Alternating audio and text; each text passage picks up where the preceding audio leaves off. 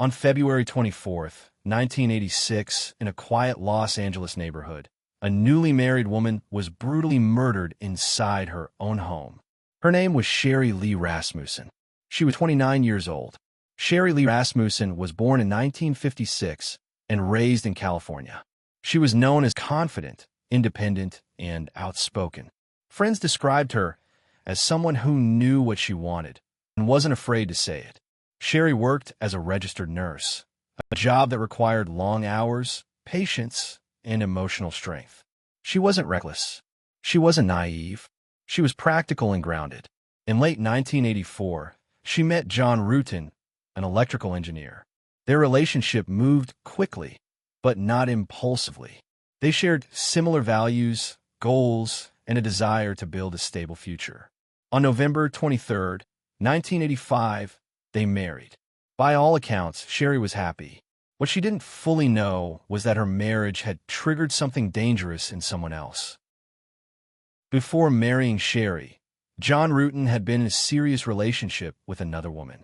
Her name was Stephanie Lazarus. Lazarus was not an ordinary ex-girlfriend.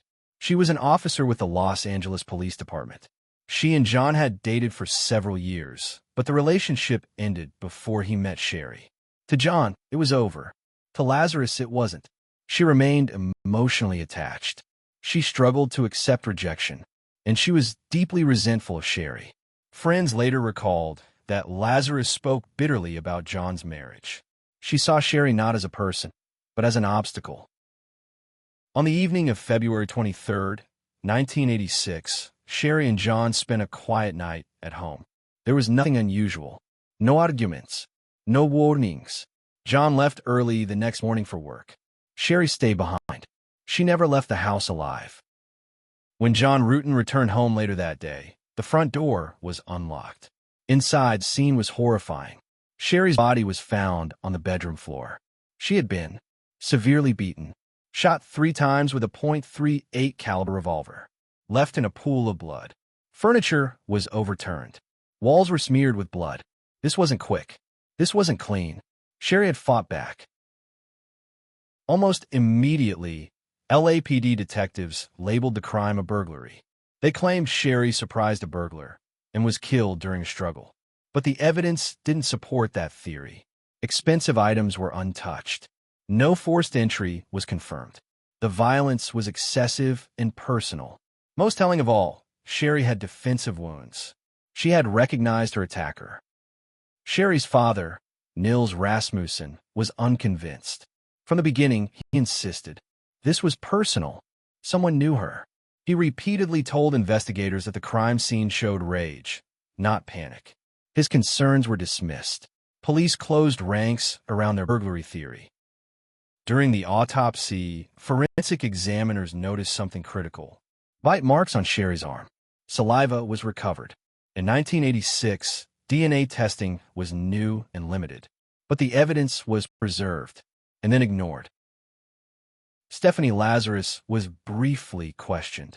She admitted knowing John Rutan. She admitted being upset about his marriage, but she denied everything. Because she was a police officer, investigators did not push further. No DNA comparison was done. No serious follow-up occurred. The case went cold. For the next 23 years, Stephanie Lazarus continued her career. She was promoted. She earned commendations. She worked sensitive cases, all while knowing exactly what she had done. Sherri's family never stopped. They wrote letters, filed requests, demanded reviews. They were ignored again and again. The system had failed them. By the mid-2000s, DNA technology had advanced. Cold case units began re-examining old evidence. In 2008, Sherri Rasmussen's saliva sample was finally tested. The result was unmistakable. It matched Stephanie Lazarus. In 2009, detectives invited Lazarus for what she believed was a routine interview. When confronted with the DNA evidence, her behavior changed. She became defensive, nervous, contradictory. She could not explain the bite mark. Stephanie Lazarus was arrested in June 2009.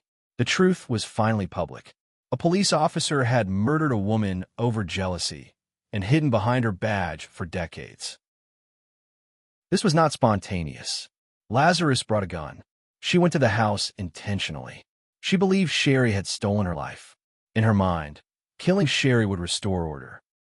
In 2012, Lazarus stood trial.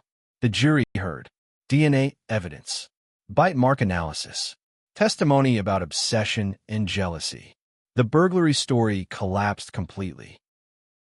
Stephanie Lazarus was found guilty of first-degree murder. She was sentenced to 27 years to life. Justice delayed but real. This case exposed serious failures: preferential treatment, institutional bias, abuse of authority. If Lazarus had not been a police officer, the case would have been solved in 1986. Sherri Rasmussen was not a statistic. She was a daughter, a wife, a nurse, a human being. Her family's refusal to stay silent made the difference. For 23 years, a murderer lived freely behind a badge. But science doesn't forget, and truth doesn't disappear. Sherri Rasmussen was finally heard, and her killer was finally named.